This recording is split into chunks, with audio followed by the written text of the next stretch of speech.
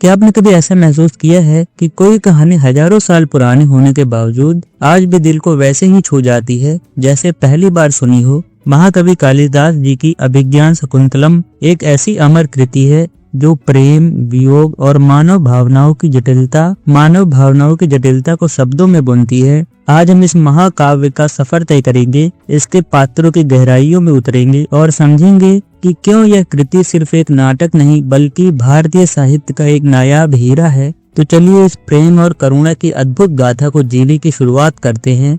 सबसे पहले हमें यह समझना होगा कि कालिदास कौन थे। कालिदास सिर्फ एक कवि नहीं है बल्कि प्रकृति और मानवीय संवेदनाओं के महान चित्रकार थे। उनकी रचनाओं में भाषा का सौंदर्य और भावनाओं की गहराई इतनी सहजता से जुड़ी हुई है कि पढ़ने वालों को लगता है कि मानो वो शब्दों के माध्यम से चित्र देख रहा हो। अभिज्ञान शकुंतलम उनकी सबसे प्रतिष्ठित कृति है, लेकिन ये सिर्फ प्रेम कहानी नहीं है, ये इंसानी रिश्तों, यादों और भूलने की त्रासदी की गाथा है। इस कहानी का जादू आज भी हमारे दिलों को छूता है क्योंकि इसमें दिखाया गया हर रिश्ता हमें कहीं न कहीं खुद से जोड़ता है। अब हम बात करते हैं इस कहानी के नायक और नायिका की। दुष्यंत हस्तिनापुर के प्रतापी राजा, वीर, साहसी और तेजस्वी, लेकिन उनके दिल में प्रेम का बीज तब अंकुरित होता है जब उनकी मुलाकात शकुंतला से होती है। और शकुंतला कौन थी? ऋषि विश्वामित्र और अप्सरा मेनका की कन्या, परवरिश हुई ऋषि कर्ण के आश्रम में। शकुंतला सिर्फ सौंदर्य की मूर्त नहीं थी बल्कि उनकी मासूमियत और प्रकृति के साथ उनकी एकता उन्हें अनोखा बनाती है। दुष्यंत और शकुंतला का मिलन उस वक्त होता है जब दुष्यंत एक शिकार के दौरान आश्रम पहुंचते हैं और यहीं से उनकी प्रेम कथा की शुरुआत होती है। लेकिन क्या प्रेम इतना सरल होता है? उनका प्रेम अद्वितीय था, लेकिन प्रेम की सबसे बड़ी कसौटी होती है उस पर आने वाली कठिनाइयाँ। दुष्यंत ने शकुंतला से विवाह किया और उन्हें अपनी अंगूठी दी, यह वादा करते हुए कि वो जल्द ही उन्हें अपने महल ले जाएंगे। लेकिन यहीं से कहानी एक त्रासदी का रूप लेती है। ऋषि दुर्वासा का श्राप। क्या आपको याद है? शकुंतला के मन की तल्लीनता, प्रेम में खोया उनका ध्यान और ऋषि का गुस्सा।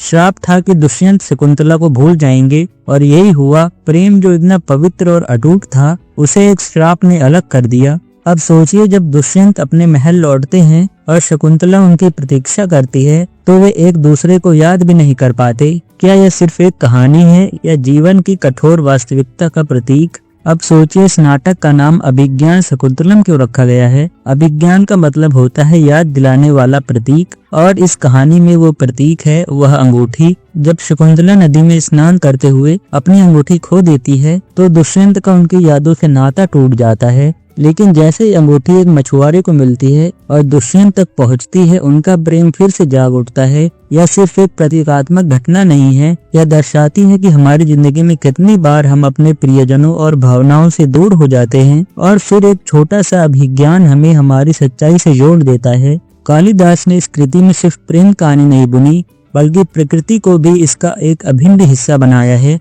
शकुंतला का जीवन प्रकृति के साथ एकता में है। उनके चारों तरफ फूल, पेड़, पक्षी उनके साथी हैं। जब वह दुखी होती है तो ऐसा लगता है जैसे पूरी प्रकृति भी उनके साथ रो रही है। कालिदास हमें यह सिखाते हैं कि मानवता और प्रकृति का रिश्ता अटूट है। शायद यही वजह है कि इस कृति को पढ़ते या देखते वक्त हम खुद को प्रकृति के करीब महसूस करते हैं। लेकिन हर प्रेम कहानी का अंत सुखद नहीं होता। शकुंतला और दुष्यंत का पुनर्मिलन तब होता है जब उनका पुत्र भरत बड़ा हो चुका होता है। यह पुनर्मिलन सिर्फ प्रेमियों का नहीं बल्कि उस प्रेम की शक्ति का प्रमाण है जो समय और दूरी की हर दीवार को तोड़ सकता है। कालिदास ने इस कहानी के माध्यम से हमें यह सिखाया है कि प्रेम सिर्फ पाने का नाम नहीं बल्कि सहन करने और इंतजार करने का भी नाम है। अब जरा ये सोचिए कि क्या अभिज्ञान शकुंतलम आज भी उतने ही प्रासंगिक है? और इसका जवाब है बिल्कुल, क्योंकि यह कृति हमें सिखाती है कि प्रेम, वियोग, क्षमा और करुणा जैसी भावनाएं